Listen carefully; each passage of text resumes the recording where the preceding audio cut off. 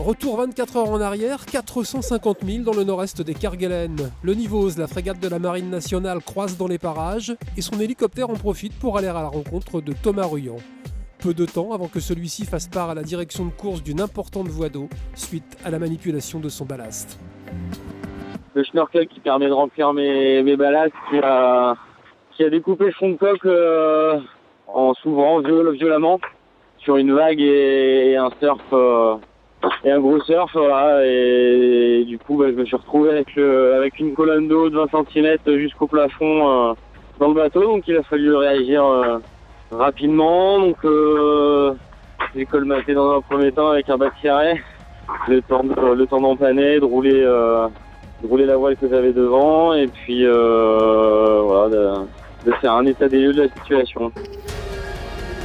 Sur le moment, Thomas a bien cru que c'en était terminé de son Vendée Globe, mais après avoir bataillé pendant 8 heures, il a repris le fil de la course.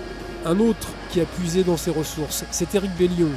Au large de l'Afrique du Sud, il a retiré son safran abîmé et l'a remplacé. Voilà le safran, la mèche de safran qui a cassé dans la pression du départ au tas dans le grain. Vous avez vu la section, c'est quand même un truc de malade, quoi. Je suis épuisé, le bateau est dans un bon vieux vrac. Mais ce qui compte le plus, c'est ça. C'est le nouveau safran qui remplace. Et ça, je peux vous dire que je suis vraiment fier de ce combat là parce que 100 fois j'ai voulu abandonner en me disant que j'y arriverais pas. J'y suis depuis 5 heures du matin. Et il est 16 h, je suis depuis 11 h.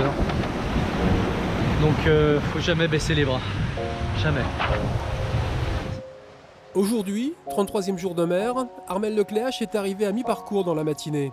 Cet après-midi, il est entré dans l'océan Pacifique avec plus de 130 000 d'avance sur Alex Thompson.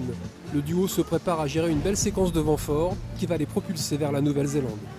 Dans le peloton en 14e position, Fabrice Amédéo, lui, découvre les hautes latitudes du Grand Sud. Et la musique qu'il écoute ne laisse aucun doute sur son état d'esprit.